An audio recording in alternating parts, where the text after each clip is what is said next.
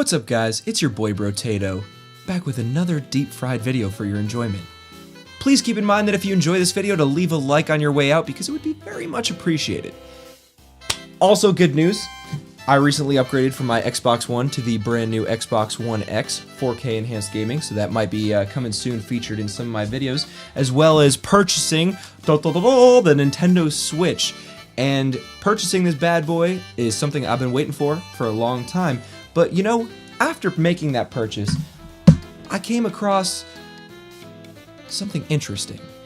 I went on the Nintendo eShop for the Nintendo Switch, and I couldn't help but notice that so many games on the eShop are literally 2D platformers with 3D graphics. And that made me think, where has 2D platforming gone? Now, I don't mean gone in the sense that they've actually physically went somewhere, more so the direction that they've taken ever since the start of the 3D revolution. As technology boomed in the early to mid-90s, so did the games that we were treated to. Gone were the pixels and flat characters, and in flooded their polygonal counterparts. Games were becoming more and more complex, and every new game that came out seemed to be bigger and better than the last. But this wasn't the first time gaming transformed the way we were able to have stories presented to us. In the 70s, there were only games that were either made up entirely of text or contained all of their story elements in the manual. In the 80s, all we had were flat characters with very little in-game presented exposition. The 90s are when games really started to add the third dimension both in gameplay and in storytelling. Some companies innovated in ways unimaginable for the time, creating massive worlds that could be explored from every angle. Other companies played it safe and stayed true to their side-scroller roots. However, these shifts in gaming killed some franchises who weren't quite sure how to innovate. When trying to create this video, I had to stop and think of what examples to include to try to get my point across. But just keep in mind, as someone who used to absolutely love 2D platformers and wish I still did, this is my personal opinion. Just keep that in mind. A prime example would be a game like Bubsy. For those of you that don't know the story, Bubsy used to be a 2D platformer that tried to adapt to 3D in its release called Bubsy 3D on the PS1, but fell short in so many ways with horrible tank controls and terribly bland environments. It wasn't no Mario 64, that's for sure. Thank you so much for playing my game. Why don't you just shut the fuck up? But recently, Bubsy was treated to another installment in his franchise that went back to his 2D roots. Well, at least sort of. Now Bubsy is in this weird 2D platformer style with 3D graphics. Now I'm not sure if it's the fact that this doesn't make sense to me, like why in the fuck would you not make this game completely 3D if you're gonna go that far other than for money constraints, or if it's just that most game companies just haven't mastered controlling 3D dudes in a 2D space. Either way, this really irks me and I just can't get on board. But sure, maybe Bubsy might be a bit of a stretch. After all, he's not quite well known to gamers outside of the YouTube gaming community and people who actually had a Super Nintendo back when it was poppin'. So let me try a different example. Even though these uninspired and unimaginative ideas mixed with terrible gameplay mostly involves indie games,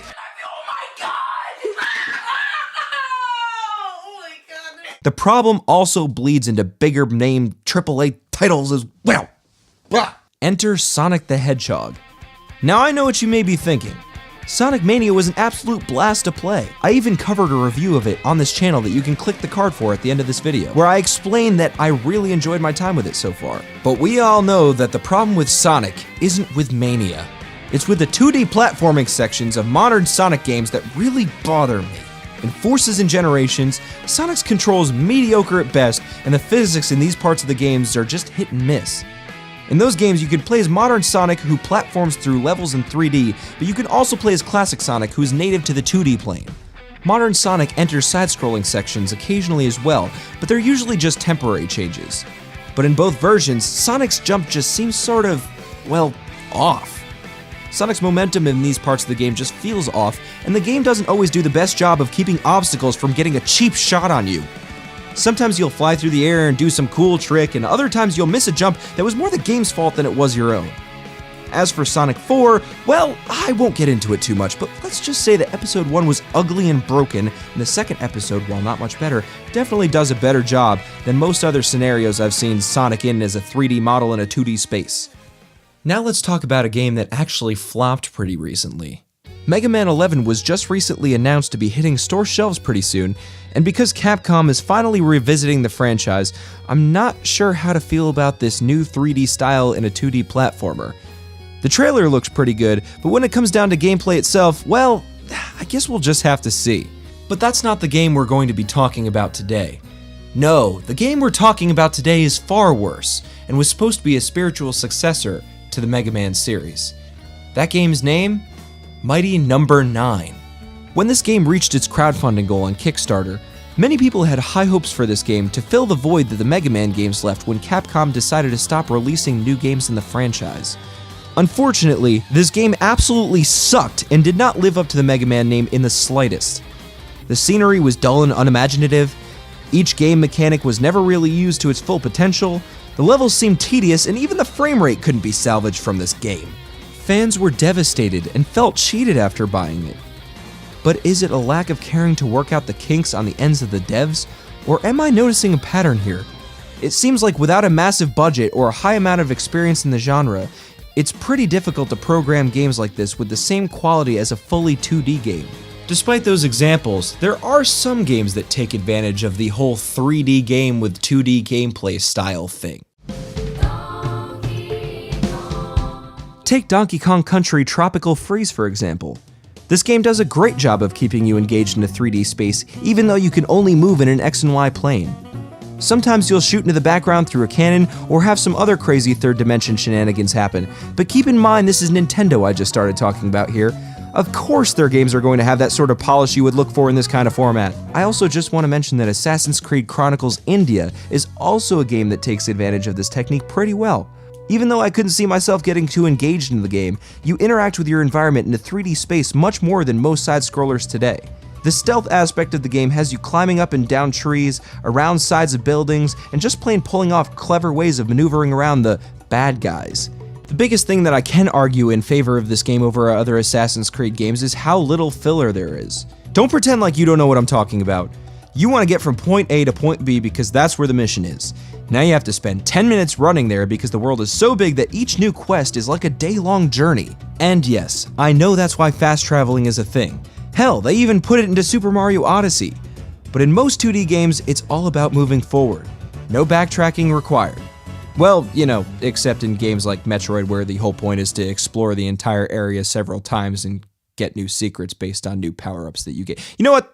You get my point. I guess the point I'm trying to make in all of this is, well, 2D platformers, with the exception of a few, don't really get the job done like they used to when I have so many other options with much more 3D and immersive environments at my disposal. Too many of these types of games oversaturate the market and underperform in terms of innovation. Too many of these types of games look and play exactly the same. And too many of the good ones are sequels to games that were around before the 3D revolution. I don't plan on giving them up, but I think I might just push them to the back burner for waiting rooms, road trips, and very, very long sessions on the toilet. God fucking damn it. What do you think I meant in handheld mode? Hi guys, Brotato here, and thanks again for watching today's video. Be sure to leave a like on your way out to show some support, and subscribe to join the Tater. Also leave me a comment in the comment section down below. What do you think about 2D platformers? Do you think they're perfect and I'm just being a little bitch? Or do you completely agree with me? Let me know down in the comments. And until next time guys, thanks for watching. Peace.